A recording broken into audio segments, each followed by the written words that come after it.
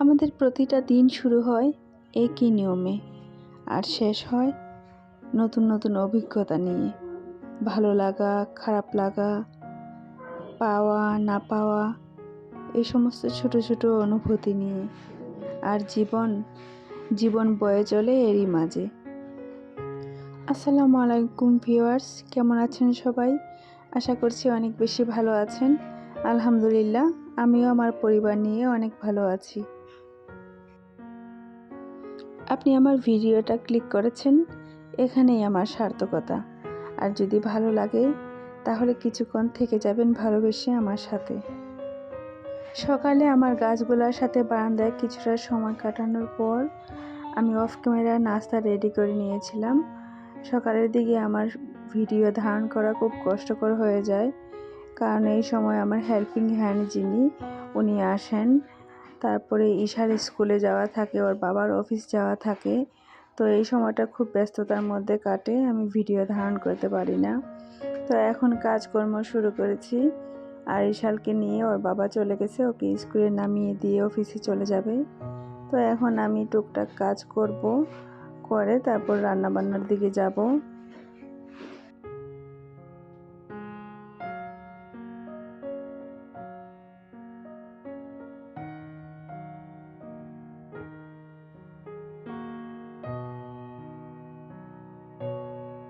আমাদের ডাইনিংয়ের বেসিনটা, এটা আমি মোটামুটি প্রত্যেক দিনই মোছামুছি করি, কারণ যেহেতু আমাদের ডাইনিং টেবিলের সামনেই এই বেসিনটা, তো এই কর্নারটাতে ধুলা পড়ে আর ধুলা ময়লা জমে থাকলে দেখতে ভালো লাগে না। তো এটা আমি প্রতিদিনই একটু মোছামুছি করে নেই।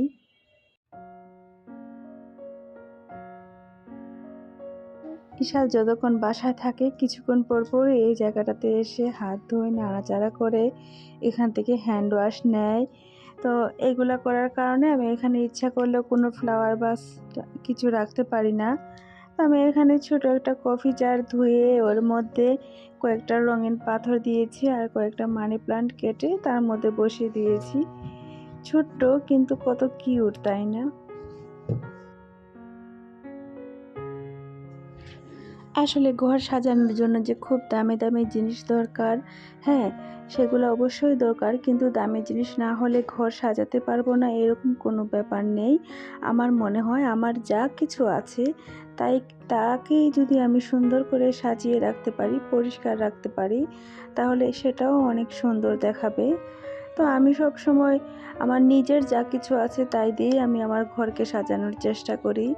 দামি দামি শোপিস, দামি দামি ফ্লাওয়ার ভাস, এগুলা ছাড়া আমি ঘর সাজাবো না এরকম কোনো ব্যাপার আমার মধ্যে নেই।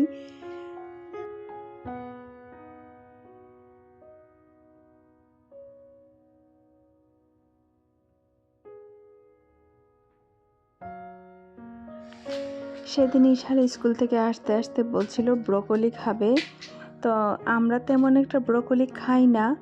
তো সেদিন যখন ও বললো আর সামনে ব্রকলি আমি পেয়ে গেলাম, তো ওর জন্য কিছু ব্রকলি নিয়ে নিলাম। আর আমি চিন্তা করছি যে আল্লাহর সৃষ্টি কতটা সুন্দর, যে এত সুন্দর কালার আর সব কিছুতে আল্লাহ তাআলা এত সুন্দর আমাদের পুষ্টিগুণ দিয়ে দিয়েছেন, সুবহানাল্লাহ। তো ব্রকলিগুলো আমি দেখছি এত সুন্দর লাগছে, তো আমি ব্রকলিগুলো কেটে নিয়েছি আর এদিকে রান্না বান্নার জন্য কাটাকুটি ধোয়াধুয়ি করছি। তো এখন দুপুরে রান্না বান্না করব। আর টমেটোগুলো আমি ধুয়ে নিলাম এখন।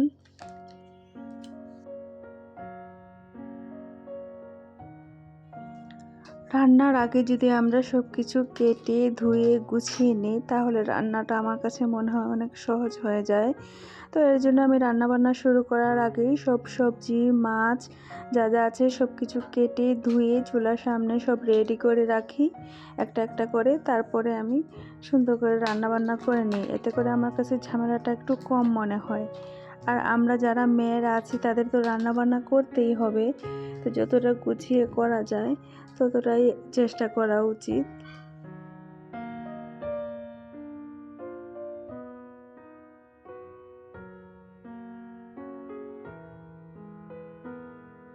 তো এদিকে আমি ব্রকলিটা ভাজি বসিয়ে দিয়েছি অল্প কিছু কাঁচামরিচ দিয়ে, যেহেতু ঈশান বেশি ঝাল খেতে পারে না। আর আরেক চুলাতে আমি টমেটো আলু দিয়ে মাছ রান্না করব, ওইটা আমি বসিয়ে দিয়েছি অন্য একটা চুলাতে। তো এই রান্নাবান্নাগুলো হতে থাকুক, আর এদিকে আমার এই মশলার জারটার কথা কিছু বলি।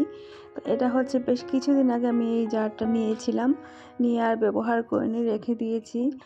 তো এখন মনে হলো যে না, এটা পরে থেকে কি হবে, এটা ব্যবহার করি। তো এখন দেখলাম যে এটা ব্যবহার করে আমার খুবই ভালো লাগছে। একটা মশলার জারের ভিতরে সবগুলো মশলা রেখে দিতে পারছি, বারবার আমার বয়ামগুলো খুলতে হচ্ছে না। রাইস কুকারে ভাত দেওয়ার পরে এই যে বাসন টাসনগুলো আমি ধুয়ে নিতেছি। আর আমার যিনি হেল্পিং হ্যান্ড, উনি সকালে বাসন টাসন ধুয়ে গেছেন, তারপরেও আরও বেশ কিছু জমে গেছে এখন রান্নাবান্না করতে এসে। তো এগুলো আমি ধুয়ে নিচ্ছি, আর রান্নাবান্না শেষ করে আমি ইশালকে স্কুলে আনতে যাব। তো ইশালকে স্কুল থেকে নিয়ে এসে খাওয়া দাওয়া করে বিকালে একটু বের হব আমরা।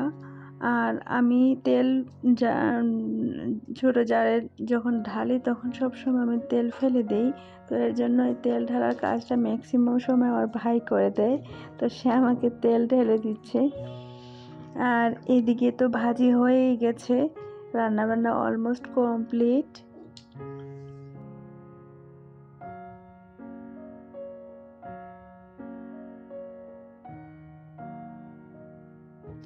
তো এর মধ্যে আমরা বাড়িতে গিয়ে চলে এসেছি, সেই ভিডিওগুলো নিতে পারিনি, বা আসার সময় কিছু জিনিসপত্র কিনে নিয়ে এসেছি, তো সেগুলো এখন আপনাদের সাথে শেয়ার করব। এই ননস্টিকের হাঁড়িটা নিয়েছি, তো এটা আমার শাশুড়ি মা আমাকে গিফট করেছেন।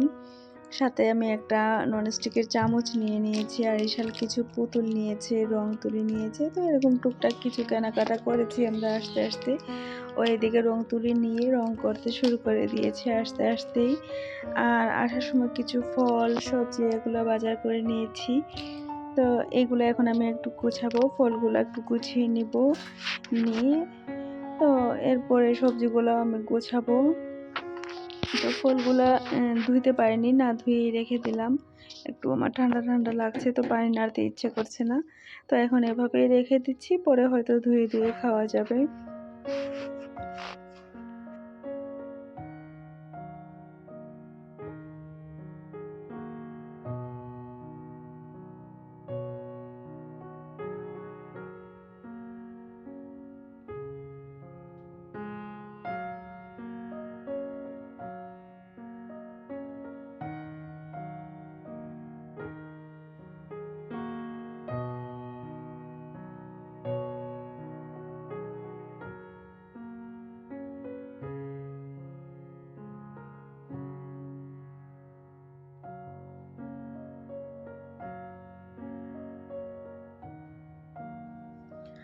তো ড্রয়িং রুমের এই কর্নারটাতে কিছু ধুলা জমে আছে।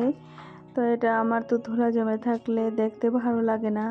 তো রাতের বেলায় আমি এটা মুছতে চলে গেছি। তো এখানে একটু মোছামুছি করছি, আর এখানে একটু কারেন্টের লাইনে ডিস্টার্ব করছে। তো এটা আমি ঠিক করে নিয়ে একটু মুছে নিচ্ছি।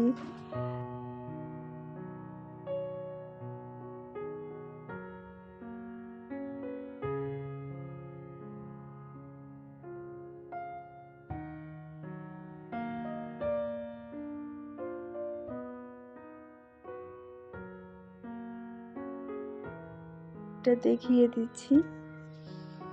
তো কেমন হয়েছে জানাবেন।